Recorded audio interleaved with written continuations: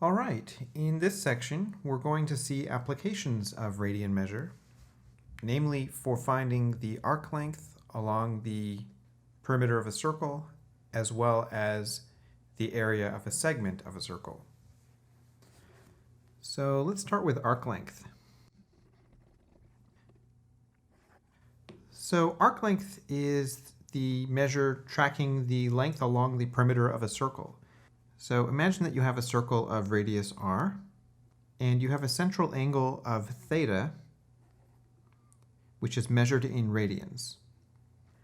Then the arc length is this distance here along the arc of the circle, and that's often denoted with an s. So recall from the definition of radian that a central angle of 1 radian has an arc length of 1 times the radius, and a central angle of 2 radians has an arc length of 2 times the radius. So a central angle of theta radians would have an arc length of theta times the radius. In other words, we arrive at the formula simply S is equal to r theta, where S is the arc length, and r is the radius, and theta is the central angle, but very importantly, measured in radians.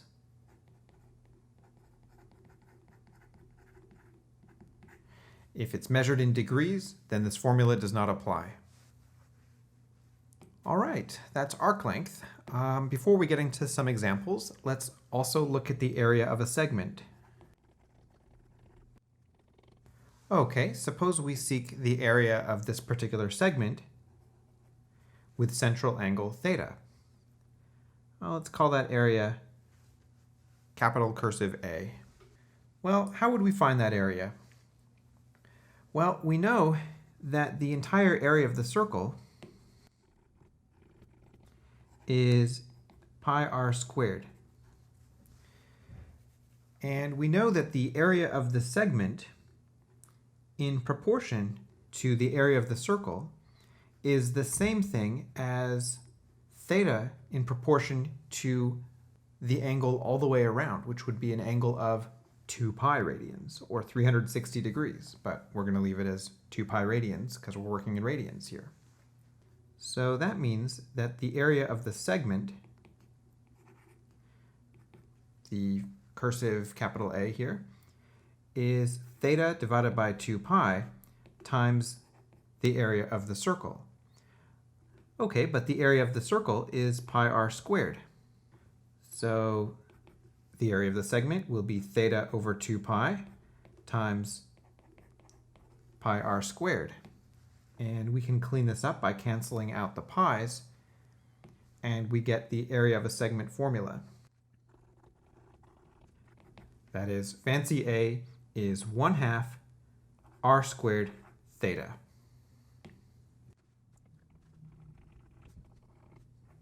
And again, theta is the central angle in radians.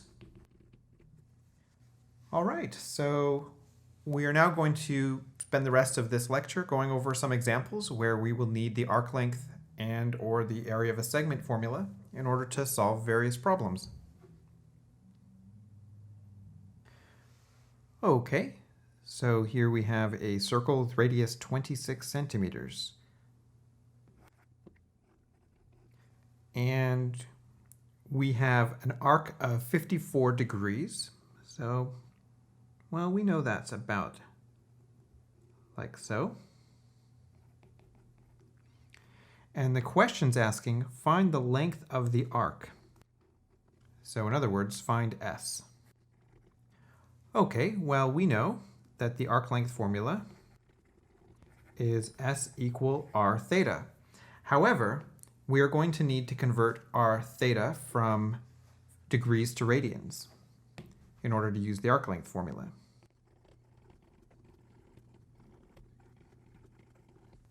All right, so 54 degrees times pi divided by 180. So 54 is 3/18, and 180 is 10/18. So this reduces to 3 pi over 10. And this is in radians. But remember, radians are a unitless ratio, so we don't actually ever need to write the word radian. It's just a number by itself is implied to be in radians. So now we can use the arc length formula. So S is r times theta, and r is 26 centimeters, and our theta is 3 pi over 10. So I get 39 pi over 5 after reducing the fraction. And if you want a numerical value, we can do this on the calculator. I get 24.5044227. And the units here are centimeters. So looking at our picture, you could convince me that if this were 26 centimeter radius, that our S value is approximately 24.5 centimeters? Sure. All right, so in this situation, we have a pulley that is rotating in, I guess, this direction since it's pulling the weight upward. And we know that the weight moves 11.4 centimeters. And it did so when the pulley rotated 51.6 degrees. So 51.6 degrees would be rotating, say, about this much. All right, now when it did so, the weight moved up 11.4 centimeters. Well, that would be exactly this amount right here. So that's essentially the arc length, right? That's the amount of string that was drawn in by rotating the pulley. Question's asking, what is r? Right? So we just need the radius. Okay, well, this is a pretty straightforward application of the arc length formula. So let's use the arc length formula. So that's S equal r theta. Okay, well, r is the unknown, but we know what S is and we know what theta is. However, theta must be measured in radians, and it is not. So, like last time, our first step is probably to convert theta over to radians. Okay, so 51.6 degrees times pi over 180 degrees is, now for this one, we'll go straight to the calculator because it gave us decimals in the problem, which basically tells us we want to go decimals all the way down. So on the calculator, I have 0.900589894. And that's radians. Okay, so again, we will go to the arc length formula, which is S equal r theta, and let's solve for r, which is the value that we seek. So, okay, well, dividing both sides by theta, we have r is equal to S divided by theta. And we have both of those numbers. S was given to us as 11.4 centimeters, and theta is this guy. Now, don't round your theta yet. We got to use all the digits in our calculator here because we're only allowed to round when we're presenting a final answer. If we round too early, and we're going to exacerbate an error through our problem, right? So we'll get farther and farther from the correct answer. So we're going to go 11.4 divided by, and I'm using the answer button on the calculator to call up this figure, and we should get this number, 12.65836989, and that's centimeters. Okay, so if you're getting anything other than exactly that set of digits, then you're doing something incorrect. Now, we are ready to present our final answer. We should round this to the precision given in the problem, which is 3 significant figures. So that's 12.7. And we're done. Okay, so in this example, we have two gears, and the smaller one is rotating. Let's just say it's rotating counterclockwise, which is causing the larger gear to rotate, say clockwise. So the smaller wheel is rotating through an angle of 60 degrees. The question's asking, through how many degrees does the larger wheel rotate? Now we can see that if the smaller wheel rotates 60 degrees, that's about this amount. So it's going to trace an arc length of that amount. Now that arc length is going to equal on the other side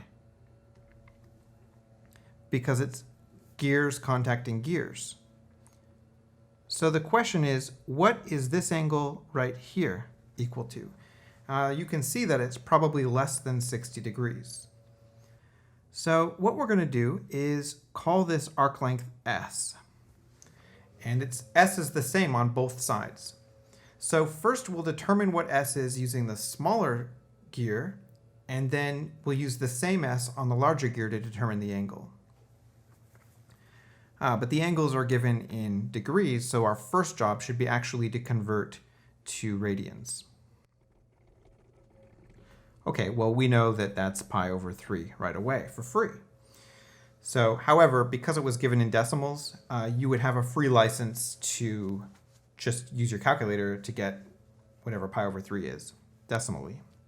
Okay, so let's use the arc length formula on the smaller circle.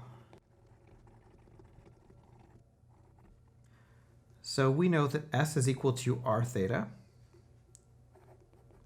And r on the small gear is 5.23 centimeters, and theta is pi over 3.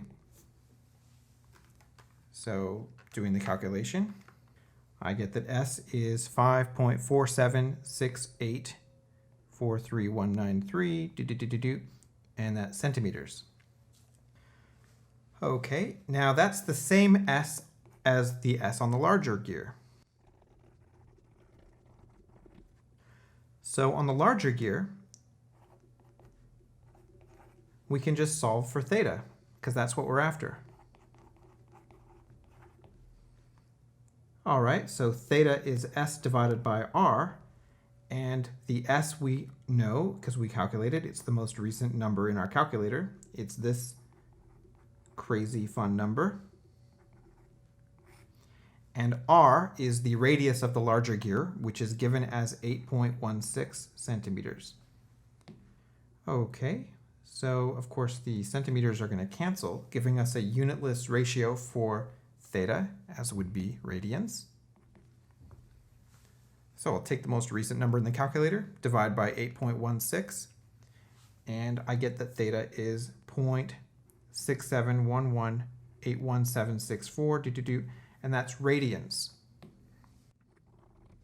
So the question asked, how many degrees does the large wheel rotate? All right, well, we'll just take this radian measure and convert back to degrees.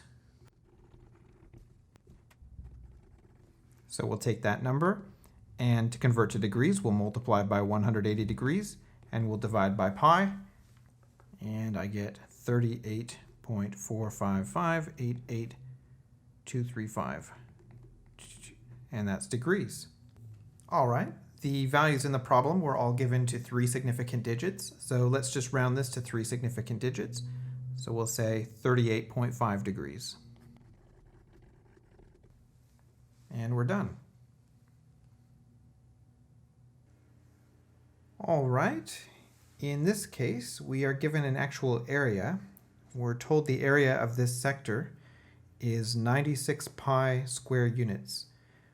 And we are asked to find this length S, the arc length.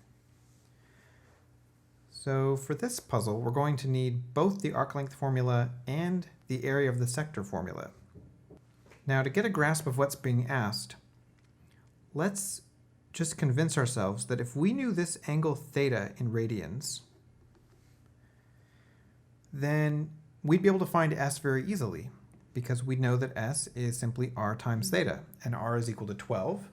So this would be 12 times whatever theta is, and we're done. So given that we could easily solve this if we knew what theta is, this kind of punts the problem to, well, just determine the value of theta. So for that, we're going to use the area formula. Well, we know that the area of a sector is 1/2 r squared theta. So let's isolate theta. And we can do that by multiplying everything by 2. So we have 2 times the area is equal to r squared theta. And then dividing by r squared. So we get theta is equal to 2 times the area divided by r squared. And this is awesome because we are given the area and we're given r, which is 12. So we can therefore conclude that theta, which is 2 times the area over r squared, is 2 times 96 pi divided by 12 squared. Okay, now we could reach for our calculator here, but the fact that they're giving us a multiple of pi means we need to work this out using exact ratios, and our answer should be a fraction involving pi. So, no problem. Let's just reduce this thing. So, we know that 96 is 12 times 8. And we know we have a 12 times 12, so oh, there's also a pi in there. So we can cancel a 12 like that from the numerator and the denominator. And we know that 2 over 12 is like 1 over 6. All right, well, before we get too far ahead of ourselves, let's update our fraction here. 8 pi over 6. All right, well, that also reduces to 4 pi over 3. So we have discovered theta. It's 4 pi over 3. All right. So the question was find s. Well, now we can use the arc length formula. So s is equal to r times theta. And r is 12. And theta is 4 pi over 3. So 12 over 3 is, of course, 4. 4 times 4 is 16. So s is 16 pi. And we weren't given any specific units, so 16 pi units. But you don't even need to write the word units when it's just units. So 16 pi. For our final example, I'd like to preface it by showing you a brief clip from the James Cameron film Titanic. Whoa! I can see the Statue of Liberty already. Very small, of course. Now, this is the first evening of Titanic's voyage from the United Kingdom to New York City. They couldn't have been more than a quarter of the way across the Atlantic Ocean. Now, I'm skeptical of Fabrizio's claim that he can see the Statue of Liberty from all the way over there. And the reason I'm skeptical is because I think the curvature of the Earth would be blocking his view of the Statue of Liberty. Now, Fabrizio outwardly seems like an honest character, so I'm hoping that my skepticism is misplaced. But why don't we investigate and answer the question, what is the farthest you can be from the Statue of Liberty and still see it?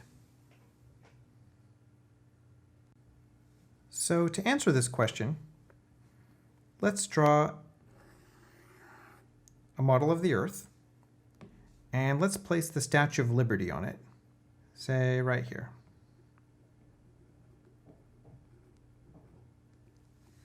Very good. Obviously, her size is exaggerated here, but of course not her significance. Now, if you're over here on the Earth, you just simply can't see her. The Earth's in the way, right?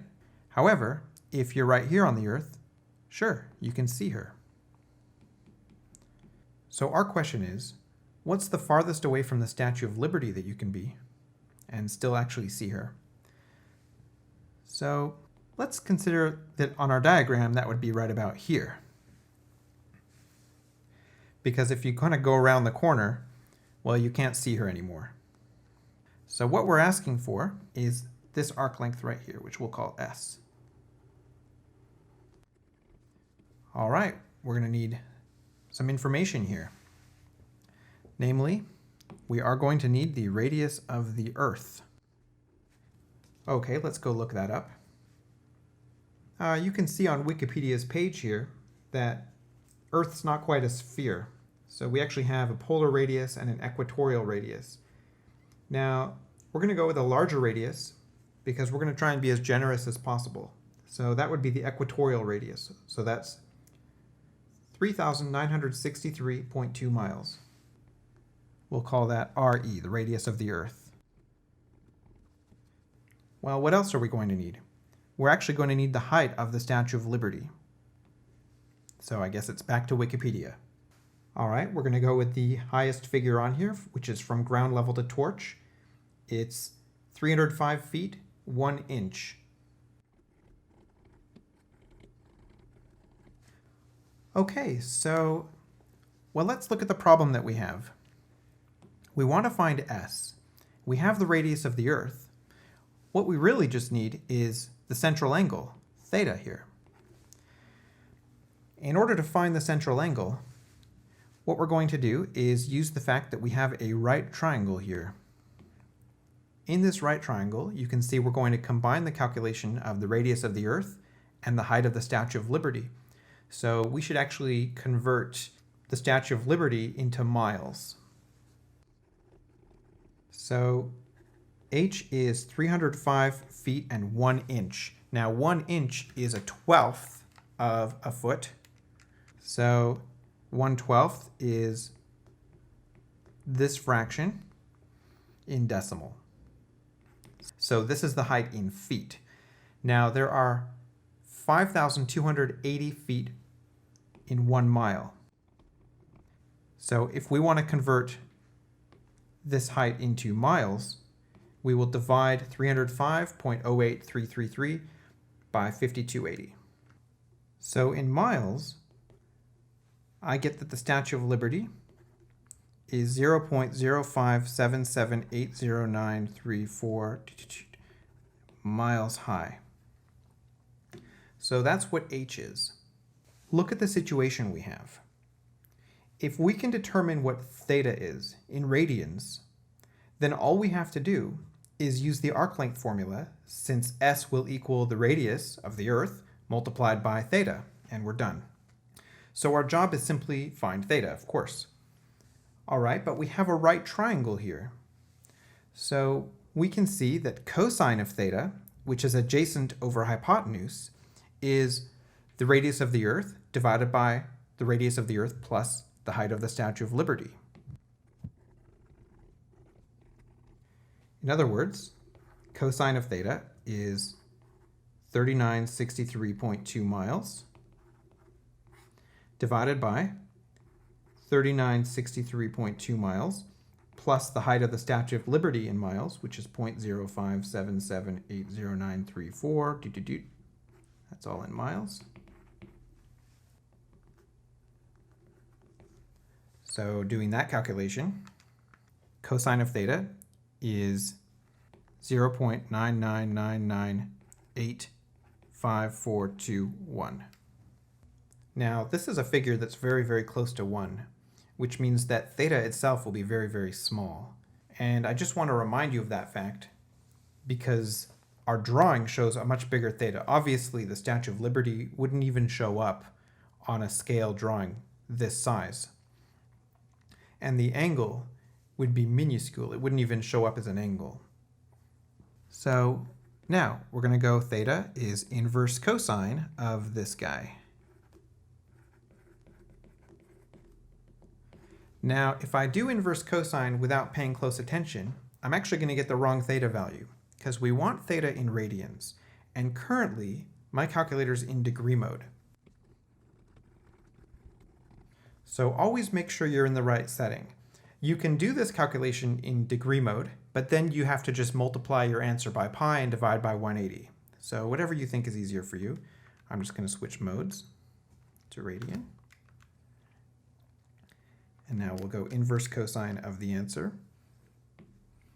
And so in radians, I get that theta is 0.00539985. And I'll even write radian to emphasize that it's already in radians. Okay, so all we need to do is use the arc length formula. So S is equal to r theta. Well, r being the radius of the Earth times our calculated theta value in radians. The radius of the Earth is 3,963.2 miles. And our calculated theta value is this guy here. So if we round this to the precision given in the measurements to 5 significant figures, then you can see the Statue of Liberty from 21.401 miles away.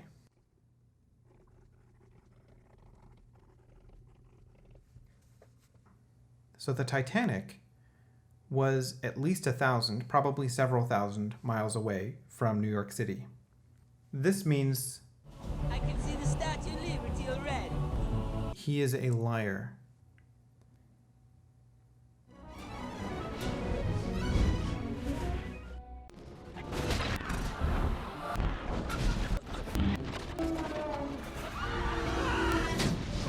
Okay, well, that's settled.